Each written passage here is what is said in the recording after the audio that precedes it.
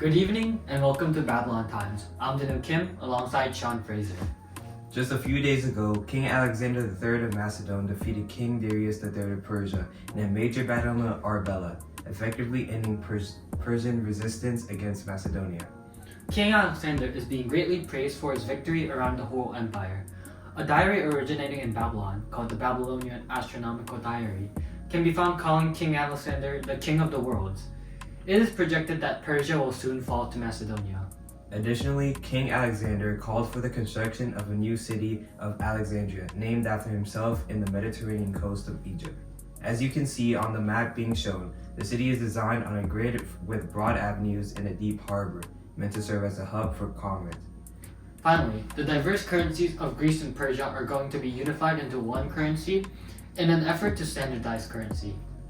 These new coins ensure that everyone in the empire uses the same things to trade. Now to our correspondent in Babylon, in the new imperial capital. Thank you, Danu. I'm standing here in the streets of Babylon, which just welcomed Alexander. The city was once the heart of the old Persian Empire, which is now the administrative capital of Alexander's kingdom.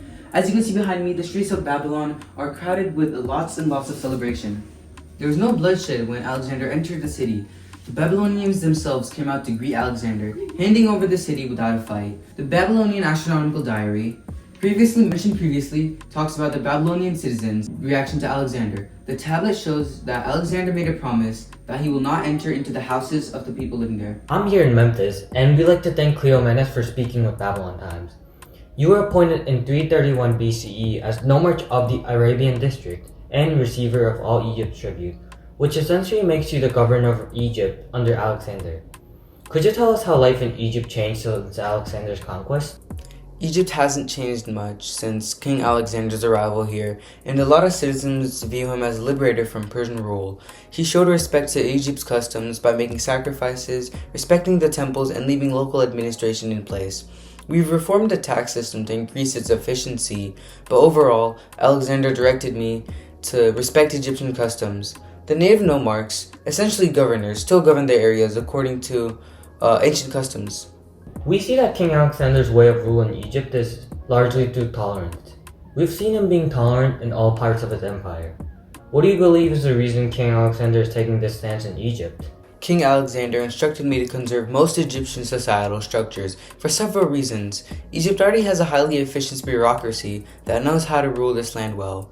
The old administration shows how to assess land, collect taxes, and manage agriculture through the Nile. Additionally, ruling through existing structures can let the Egyptians know that he is here as a liberator, not as an oppressor. Thank you for your participation in this interview. It is rare for Babylonians to have an opportunity to hear about Egypt. Now, back to our studio for today's weather and geography. Thank you, Dalvin. Every year, between May and August, the yearly monsoon causes large amounts of rainfall in Ethiopia. With the Nile River flowing from south to north, the rainfall in Ethiopia floods the Nile, lasting for months. To the people of Egypt, the flooding of the Nile is an important event as it keeps the land fertile. In this book, written about 100 years ago, a Greek historian Herodotus talks about the Egyptian reliance on the Nile flood.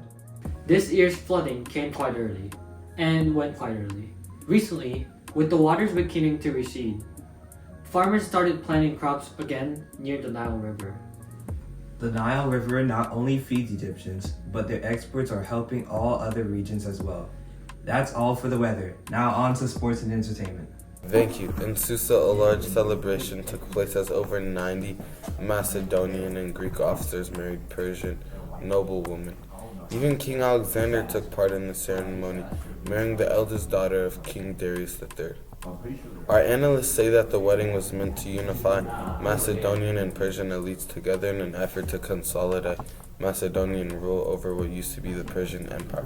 It's speculated that in the events taking place at Susa, it will have significant impacts, creating new nobility of mixed heritage and unifying the East and the West. Thank you. It's time for tonight's closing analysis. There were many monumental events recently, all pointing to one overarching theme of unity within Alexander's empire. Alexander's win at the Gaugamela shattered the old order and crowned him as the king of the world, creating a single unified empire from the Aegean to the Indus. However, conquest alone doesn't mean unity. This is the reason Alexander is taking several measures to prevent antagonizing local populations. That is right. This theme can be seen again and again through the Susa weddings, his entry into Babylon, and the interview with Cleomenes of Nicaea. Alexander doesn't want the Greek state ruling over all others, but rather one cohesive empire. Despite Alexander's effort, making the empire truly one would take a long time. As of now, the empire is more of a coalition, held together solely through King Alexander. These concerns grow even larger with the fact that Alexander does not have a clear successor. Although some concerns might arise, Alexander is still a young man, and the empire is still unifying, no matter what happens to the empire itself. It is clear that the spread of Greek culture and synchronism will cause the formation of unique cultures. Thank you for joining us in Babylon Times. Good night.